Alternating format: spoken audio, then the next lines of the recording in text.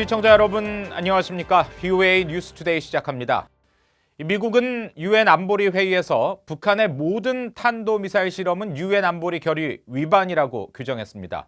또 북한의 도발 행위가 더 나은 미래를 위한 기회의 문을 닫을 수 있다고 경고했습니다. 그러면서도 미국은 유연한 접근을 할 준비가 돼 있다며 북한의 대담한 결정을 촉구했습니다. 첫 소식 오택성 기자가 보도합니다. 미국의 요구로 열린 유엔 안보리 회의에서 켈리 크래프트 유엔 주재 미국 대사는 북한의 모든 탄도미사일 실험은 명백한 안보리 결의 위반이라고 밝혔습니다.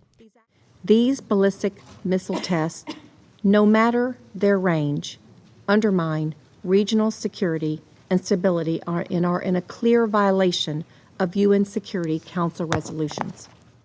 지난 5월부터 이어져 온 북한의 탄도미사일 발사에 대해 도널드 트럼프 대통령이 단거리라며 의미를 축소한 것과 대조됩니다. 크래프트 대사는 이어 북한이 언급해온 이른바 새로운 길은 위성 발사나 대륙간 탄도미사일 발사일 수 있다고 밝혀 레드라인을 넘지 말라는 우회적인 경고로 해석됐습니다.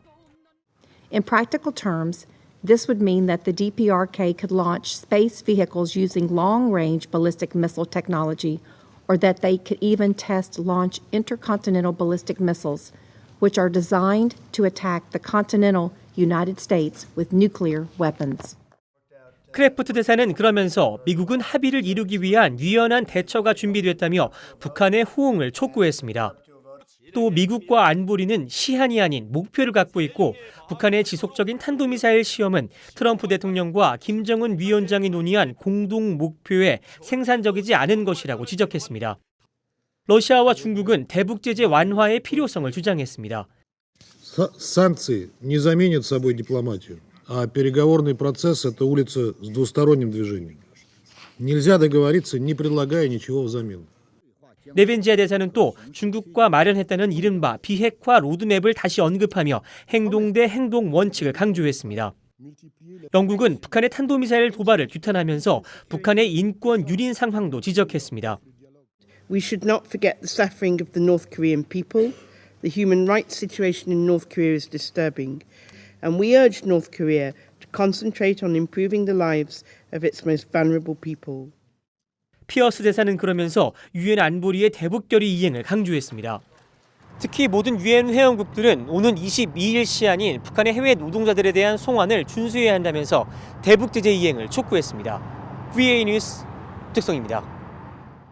안토니우 구테우스 유엔 사무총장은 북한의 탄도미사일 발사를 매우 우려한다며 북한이 유엔 안보리 결의에 따른 모든 국제적 의무를 준수하고 미국과의 실무 협상에 임할 것을 촉구한다고 밝혔습니다. 구테우스 총장은 11일 북한 미사일 관련 유엔 안보리 회의에 참석한 모하마드 칼레드 중동 아태 담당 사무차장보를 통해 북한의 탄도미사일 발사와 새로운 길에 대한 위협 등이 큰 문제라면서 이같이 말했습니다. 북한이 적대 행위를 하면 모든 것을 잃을 것이라는 트럼프 대통령의 발언에 북한은 더 이상 잃을 것이 없다고 맞받았죠. 하지만 전문가들의 분석은 달랐습니다. 장거리 탄도미사일이나 핵실험을 감행하면 더 강력한 대북 제재 때문에 김정은 위원장이 원하는 경제 발전은 더욱 멀어질 것이라는 지적입니다. 김칸희 기자가 전해드립니다.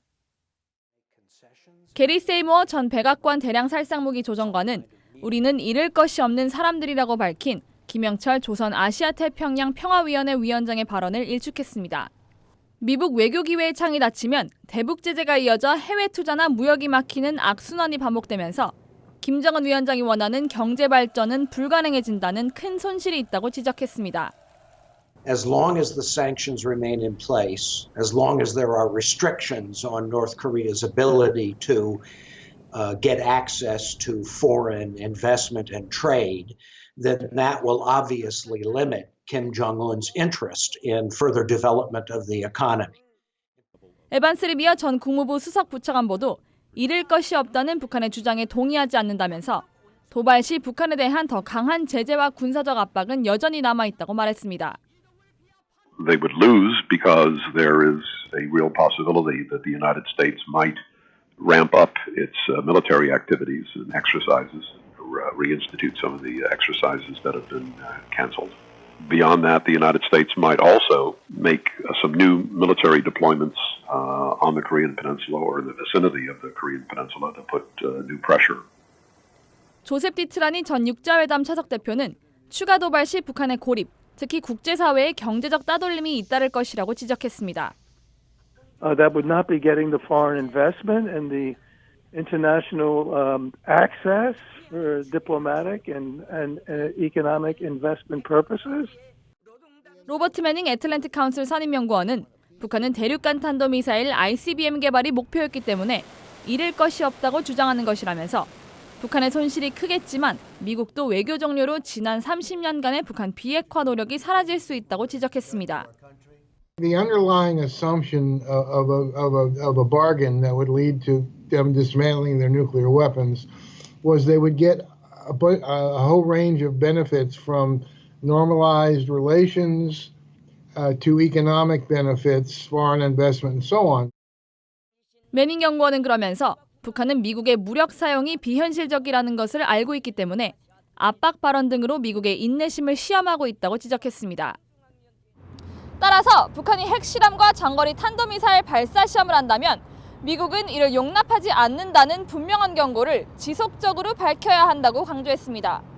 VOA 뉴스 김칸입니다. 유럽연합이 북한 고려항공의 회원국 내 운항을 또다시 제한했습니다. 9년 연속인데 고려항공 비행기가 대부분 국제안전기준에 못 미쳐 불안하다는 겁니다. 이현철 기자가 보도합니다. 유럽연합 집행위원회는 지난 9일 개정 발표한 EU 항공안전 목록에서 북한 고려항공의 영내 운항을 엄격히 제한하는 조치를 계속 유지한다고 밝혔습니다. 그러면서 TU-204 항공기 2대를 제외한 모든 고려항공 항공기들은 앞으로도 유럽연합 내 운항이 계속 금지된다고 밝혔습니다.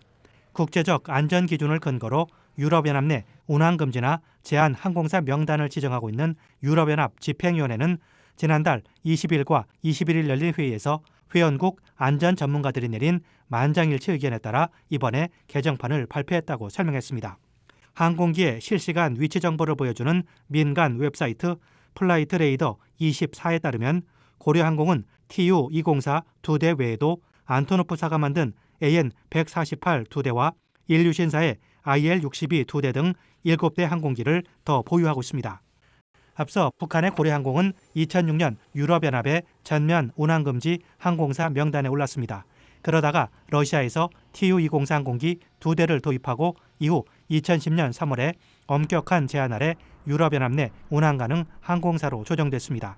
당시 유럽연합 집행위원회는 고려항공의 TU-204 항공기 2대가 국제적 안전 기준을 충족시키고 당국의 적절한 감독 이행에 필요한 장비를 갖추고 있다면서 이 두 항공기에 한해 유럽연합 내 운항을 허용했습니다. 하지만 고려항공의 유럽연합 내 운항은 이루어지지 않았습니다.